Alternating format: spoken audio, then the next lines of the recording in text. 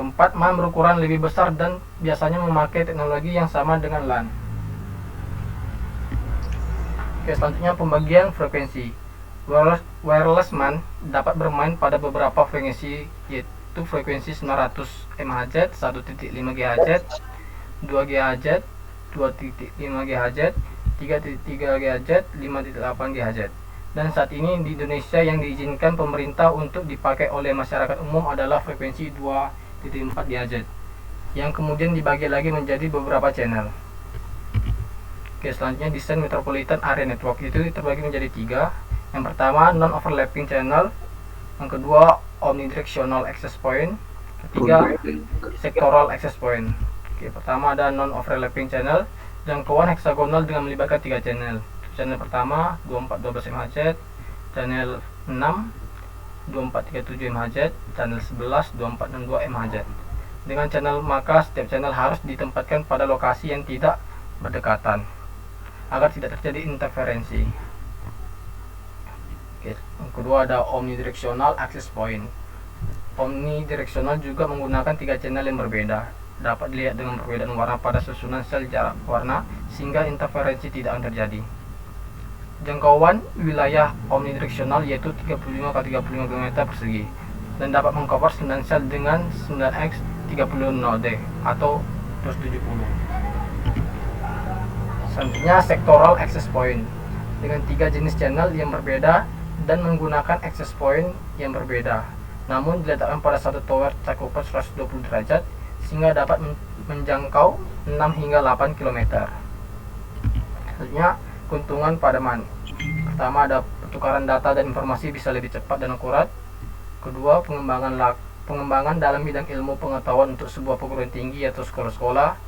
Tiga, komunikasi antar perguruan tinggi atau sekolah atau karyawan pada sebuah kantor bisa dengan email atau chatting. 4, proses backup data dari berbagai tempat lebih mudah dan cepat. Lalu dapat dijadikan sebagai sarana promosi yang tepat dan cepat. Dapat menggunakan program aplikasi atau permainan secara bersama-sama. Cakupan wilayah jaringan lebih luas dibanding jaringan LAN. Oke, kerugian pada MAN, biaya operasi mahal, instalasi infrastruktur yang tidak mudah, rumit jika terjadi trouble jaringan atau network troubleshoot, sering menjadi sasaran cracker untuk mendapatkan keuntungan pribadi. Untuk memperbaiki jaringan MAN diperlukan waktu yang cukup lama. Ya, selanjutnya fungsi dan tujuan MAN. Yang pertama, membangun dan implementasi sistem jaringan yang mengkolaborasikan antar server guna memenuhi kebutuhan internal perusahaan dan pemerintah dalam mengkomunikasikan jaringan yang dipergunakan sehingga dapat melakukan kegiatan seperti chat, messenger, video, dan lain-lain dengan bandwidth lokal.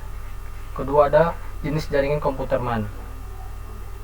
Jenis ini biasanya digunakan untuk menghubungkan jaringan komputer dari suatu kota ke kota lainnya. Untuk dapat membuat suatu jaringan MAN, biasanya diperlukan adanya operator telekomunikasi untuk menghubungkan antar jaringan komputer.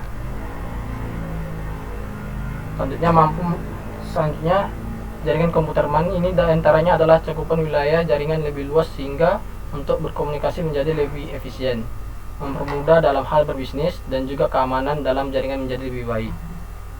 Lalu mampu menunjang data teks dan suara, bahkan dapat berhubungan dengan jaringan televisi kabel atau gelombang radio. Oke, terakhir untuk menghubungkan jaringan komputer dari suatu kota ke kota lainnya.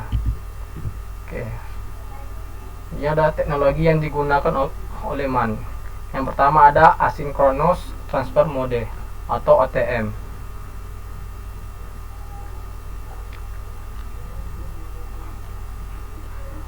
Asynchronous Transfer Mode merupakan standar internasional untuk serelay di mana multiple tipe layanan, semisal suara digital atau voice, video atau data, disampaikan dalam fixed length 53 bit cells. Fixed length cells memungkinkan proses sel berlangsung dalam hardware. Dengan demikian akan memproduksi keterlambatan transmit. ATM dirancang untuk transmisi media berkecepatan tinggi seperti E3, SONET, dan T3. ATM berbeda dalam beberapa hal dari teknologi data link lain yang lebih umum seperti Ethernet. Sebagai contoh, ATM tidak melibatkan routing. Komponen perangkat keras yang disebut ATM switch membentuk koneksi point-to-point antara kedua ujung transmisi. dan data mengalir langsung dari sumber ke tujuan. ATN tidak menggunakan paket dengan panjang yang berubah-ubah, tetapi menggunakan sel berukuran tetap. Selanjutnya ada Fiber Distribute Data Interface atau FDDI. Fiber Distribute Data Interface atau FDDI yang diciptakan ANSI adalah protokol yang menggunakan topologi lingkaran fiber optik ganda yang disebut lingkaran primary dan lingkaran secondary. Kedua lingkaran tersebut dapat digunakan untuk pengiriman data, namun hanya lingkaran primary yang biasanya dipakai sebagai jaringan utama. Lingkaran secondary baru berfungsi jika lingkaran primary mengalami kerusakan. Jaringan FDDI mempunyai kecepatan 100 Mbps melalui media fiber optik. Fiber optik yang umumnya dipergunakan oleh FDDI adalah kabel multi mode fiber optik. Dalam hal media transmisi, FDDI menggunakan serat kaca sebagai media transmisi utamanya, namun juga dapat menggunakan media transmisi kabel tembaga dengan menggunakan spesifikasi Chopper Distribute Data Interface. Yang terakhir ada Switch Multi Megabit Data Service, adalah layanan connectionless yang digunakan untuk menghubungkan LAN, MAN, dan WAN untuk pertukaran data. Pada awal tahun 1990-an, di Eropa layanan ini dikenal sebagai Broadband Connectionless Broadband Data Service. Maksud dari connectionless adalah tidak ada kebutuhan untuk mengatur koneksi melalui jaringan sebelum mengirim data. Ini mempersiapkan bandwidth agar bisa mentransmisikan data secara pasti yang biasanya ditemukan pada LAN. SMDS ditentukan oleh Bellcore dan didasarkan pada jaringan IEEE 802,6, standar jaringan MAN. Seperti ini diterapkan oleh Bellcore dan menggunakan transportasi Relay Distribute QI Dual Bus Layers, 2 switching, arbirator, dan standar SONET sebagai antarmuka. Demikian yang bisa saya sampaikan pada pagi ini. Jika ada kesalahan, mohon maaf. Terima kasih. Oke, terima kasih pada Immanuel bisa isi materinya. Oke, kita lanjut ya langsung yang ke C lagi.